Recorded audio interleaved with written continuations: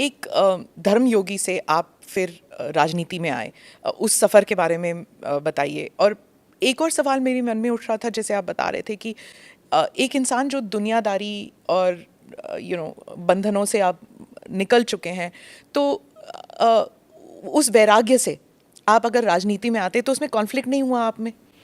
देखिए, यही अंतर है। धर्मयोगी नहीं, योगी योगी होता है, और मैं एक योगी हूँ। धर्म का मतलब केवल पूजा पद्धति नहीं है। धर्म एक समग्र जीवन की पद्धति है। धर्म कर्तव्य के पथ की प्रेरणा देने वाला, उस पथ का की ओर अग्रसर करने वाला, आग्रही बनाने वाला एक मार्गदर्शक है। हम उसको केवल पूजा पद्धति तक सीमित नहीं कर सकते। एक योगी के रूप में एक परिवार के बंधन को तोड़ करके समाज के इस विराटता के साथ अपना जुड़ाव हुआ है। इसलिए उस विराटता के साथ जोड़ करके अपने आप को कार्य करना। दूसरा, एक योगी का मतलब ये नहीं कि वह केवल अपने स्वयं की मोक्ष प्राप्त करने के लिए या आध्यात्मिक लाभ के लिए वह अपने आप को सीमित कर ले।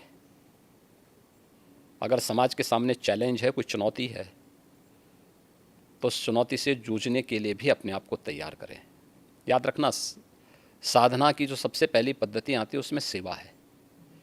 भक्ति के मार्ग का भी जो नौधा भक्ति की व्यवस्था की गई है भारत की संतों ऋषियों ने, उसमें पहला मार्ग सेवा है। कोई भी साधक सन्यासी या योगी बनता है तो उसके लिए सेवा के मार्ग का अनुसरण करके ही आगे की दीक्षा का मार्ग प्रशस्त हो पाता है।